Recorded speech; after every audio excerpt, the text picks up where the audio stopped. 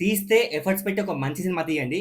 లేదు మా వల్ల కాదనుకుంటే హ్యాపీగా ఇంట్లో కూర్చొని రెస్ట్ తీసుకొని సినిమాలు తీయడం ఆపేయండి. అంతేగాని ఇలాంటి ఎవరికీ పనికిరాని ఒక సినిమా తీసి మా మొహం మీద కొట్టకండి.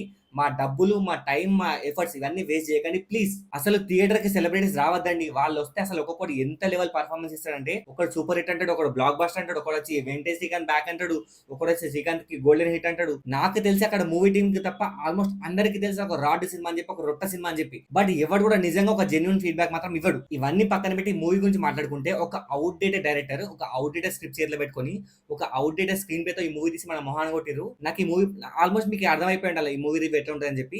సో మీరు గనక ట్రైలర్ చూసుంటే please go and watch the movie మీకు నచ్చితే. లేదు మాకు మూవీ చూసి ఇంట్రెస్ట్ అనుకుంటే please continue this video. Spoilers పక్కా ఉంటాయి. I want to discuss detail ఎంత చెత్తగా తీసిరని చెప్పి నాకు రివ్యూ చెప్పాలని లేదు. నా ఫ్రస్ట్రేషన్ షేర్ చేసుకోవాలని ఉంది. సో ఒక్క లైన్ లో స్టోరీ ఏంటంటే, హీరో ఒక కటిక పేదరికం ఉంటాడు. ఆయన కష్టాలు చూడలేక డైరెక్ట్ వెంకటేశ్వర స్వామి కిందకి వచ్చి మరి ఆయనకు వరం ఇస్తాడు. వరం అంటే ఇట్లా బంగారం మొత్తం ఇచ్చేస్తాడు. బంగారంతో పాటు ఆయనకు ఒక బుక్ ఇస్తాడు. ఒక 13 పేజీల బుక్ ఉంటది.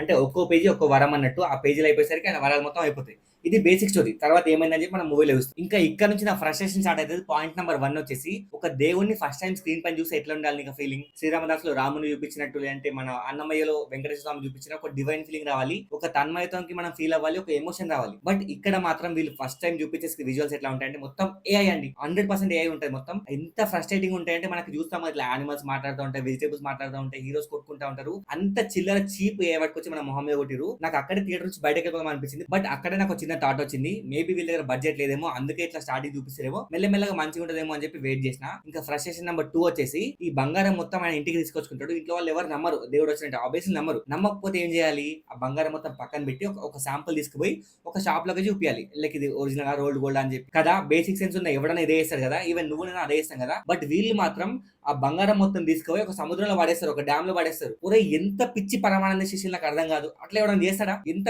డంబ్ రైటింగ్, ఎంత డంబెస్ట్ రైటింగ్. సరే వదిలేద్దాం. పాయింట్ నెంబర్ 3కి వెళ్ళిపోదాం. పాయింట్ నెంబర్ 3 వచ్చేసి, ఆ బంగారం మొత్తం పోయినాక మళ్ళీ దేవుడికి వరం అడుగుతాడు. దేవుడు వచ్చేసరి బుక్ ఇస్తాడు. 13 పేజీలు ఉంటే 13 ఏమంటారు 13 కోరికలన్నీ తీసుకోవచ్చు. ఒక దేవుడు వచ్చి ఆ బుక్ ని చేతిలో పెట్టి, ఇక్కడ నుంచి నీకు నచ్చినట్టు బతుకురా, నీ కోరికలన్నీ తీర్చుకో అని చెప్పి నీకు బుక్ ఇస్తే నువ్వేం చేస్తావు? ఆ బుక్ ని భద్రంగా దాచుకుంటావు, లేదంటే ఒక బీరువాలో పెడతావు, లేదంటే ఒక లాకర్ లో పెడతావు. ఎవరికి కనపడకుండా, సీక్రెట్స్ ఎవరికి చెప్పకుండా ఒక జాగ్రత్త చూసుకుంటావు కదా. దాంట్లో బుక్ లో మనకి కండిషన్స్ ఉంటాయి. లైక్ ఆ బుక్ చేతి మాత్రం పవర్స్ అని వాళ్ళకి పోతాయి అని చెప్పి, 13 డేస్ తర్వాత యూ కాంట్ హ్యావ్ పవర్స్ అని చెప్పి అన్ని ఉంటాయి కదా.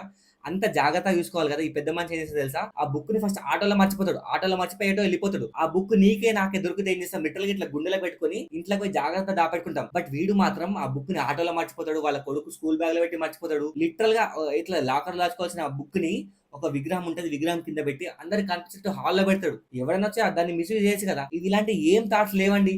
లిటరల్ గా ఒక డంబ్ రైటింగ్, డంబెస్ట్ రైటింగ్. సరే పోన్లే, ఇంకా ఫస్ట్ హాఫ్ మొత్తం సెటప్ గా తీసుకుని సెకండ్ హాఫ్ కొంచెం మంచిగా ఉంటుందేమో అని చెప్పి ఇంటర్వెల్ కాడికి పర్లేదు, ఒక డీసెంట్ ఇంటర్వెల్. ఆ బుక్ పోతుంది, ఆటోలో వెతుక్కుంటాడు, అయిపోయింది, పర్లేదు, డన్. సెకండ్ హాఫ్ స్టార్ట్ అయినాక ఇక్కడ నుంచి ఇంకా అసలు డ్రామా స్టార్ట్ అవుతుందండి. అమ్మా నాకు ఇది ఎంత పిచ్చి లేసిందంటే, ఫస్ట్ ఒక బుక్ లో ఫస్ట్ పాయింట్ ఏం రాసుకుంటాడంటే, మా ఇంట్లో ఒక 100 కోట్లు వచ్చి పడాలంటాడు. లిటరల్ గా పైనుంచి 100 కోట్ల మూట వచ్చి వాళ్ళ ఇంట్లో పడతారు. పెద్ద ఇట్లా మన ఏమంటారు జూలై మూవీలో ఒక పెద్ద కంటైనర్ ఎట్లా వస్తే అట్లా అట్లా వచ్చి ఇంట్లో పడుతుంది. ఎంత పెద్ద సౌండ్ వస్తాయి అంటే లిటరల్ వాళ్ళ నాన్న అడుగుతాడు భూకంపం వచ్చిందారా అని చెప్పి. అంత పెద్ద సౌండ్ వచ్చినప్పుడు, అంత పెద్ద డిస్టర్బెన్స్ క్రియేట్ వచ్చినప్పుడు ఆ కాలనీలో ఎవడని అడగడండి అసలు ఏమైంది, ఎందుకు ఇంత సౌండ్ అని చెప్పి ఎవడు అడగడు. బేసిక్ కామన్ సెన్స్ ఉంటే ఎవడన్నా పక్కింట్లో ఏమైతుంది కనుక్కుంటారు కదా. నో క్వశ్చన్స్ ఆస్, నో ఆన్సర్స్ గివెన్, అంతే.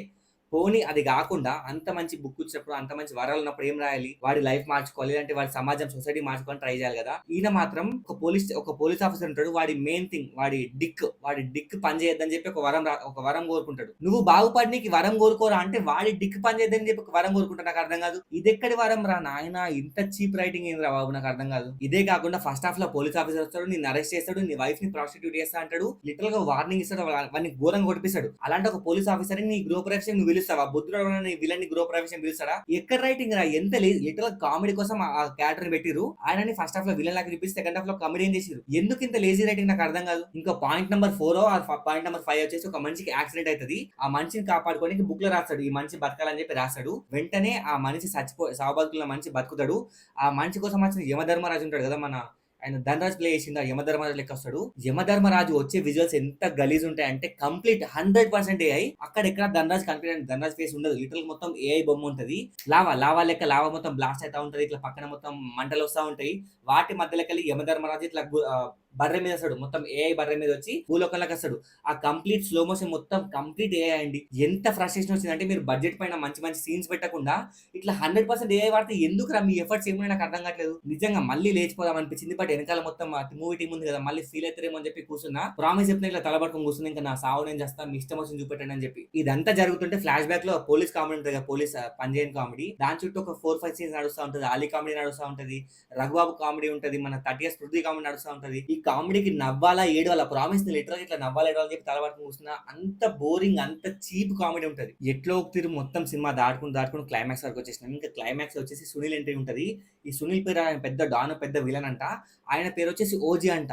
ఏం కర్మరా భగవంతుడా, ఒరిజినల్ గ్యాంగ్స్టర్ అంట.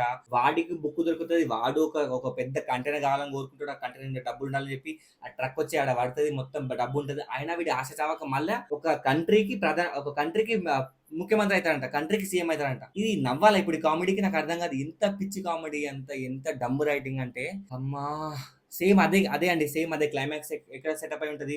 ఒక అల్యూమినియం ఫ్యాక్టరీ సెటప్ అయి ఉంటది. హీరో వచ్చి విలన్స్ ని కొట్టాలి, అక్కడ నుంచి బుక్ తీసుకొని మళ్ళీ నార్మల్ లైఫ్ కి వచ్చేయాలి. ప్రామిస్ చెప్తున్నా 2.5 hours నాకు లిటరల్ నరకం కనిపించింది. సినిమాలో ఎముడిని చూసినా గానీ, సినిమాలో ఆయన రాజేంద్ర ప్రసాద్ గారు ప్లే చేసిరు. ఆయన పేరేంటి, వెంకటేశ్వర స్వామి లెక్క రాజేంద్ర ప్రసాద్. ధనరాజేమో యముడు లెక్క. ఒక్కొక్కల క్యారెక్టర్లు, ఒక్కొక్కల పర్ఫార్మెన్స్లు, ఆ మొత్తం సీరియల్ లెవెల్ ఏమంటే సినిమాటోగ్రఫీ ఉంటది. లిటరల్ ఒక సీరియల్ అండి. ఈ మూవీలో నాకు ఏమన్నా బాగుందా, ఏమన్నా నచ్చిందా అంటే మ్యూజిక్ అండి. బ్యాక్గ్రౌండ్ మ్యూజిక్ చాలా బాగుంది. సో యాజ్ అన్ ఓవరాల్ నాకు మాత్రం సినిమా పిచ్చి లేపింది. నాకు హెడ్ ఏక్ డబల్ టిబల్ చేసింది. నేనైతే అస్సలు సజెస్ట్ చేయండి, ఈ మూవీ చూడమని సజెస్ట్ చేయ. తీస్తే మంచి ఎఫర్ట్స్ పెట్టి, మంచి టీమ్ ని పట్టుకొని, మంచి కథ రాసుకొని, మంచి స్టోరీ పెట్టుకొని మూవీస్ తీయండి. కానీ ఇంత రొటీన్ అవుట్డేటెడ్ మూవీస్ తీసి మా మొహాన్ని కొట్టకండి, మా డబ్బులు వేస్ట్ చేయకండి, మా టైం వేస్ట్ చేయకండి please. It's humble request. So మీకు గనక నా ఫ్రస్ట్రేషన్ నచ్చింది అనుకుంటే, మీరు కూడా నా లెక్క ఫీల్ అయి ఉంటే, మూవీ చూసిన వాళ్ళు ఎవరు ఉంటే నా లెక్క ఫీల్ అయి ఉంటే, ప్లీజ్ కింద కామెంట్ లో షేర్ చేసుకోండి. Yes, this is not a review, this is the frustration video. I know ఇంకా మూవీ ఇవ్వలే మూవీ ప్రీమియర్స్ బర్త్డే రేపు యాక్చువల్ మూవీ రిలీజ్. రేపు అంటే డేట్ వచ్చేసి 17th. బట్ ప్రీమియర్ వేసిరు, ప్రీమియర్కి వెళ్ళినా. నా ఒపీనియన్ నేను చెప్పిన, నా తప్పేం లేదు, నాకు నచ్చింది నేను చెప్తున్నా. నాకు ఇంత ఫ్రస్ట్రేషన్ అంత ఫ్రస్ట్రేషన్ నేను షేర్ చేసుకున్నా. సో ఇది గైస్, బాయ్.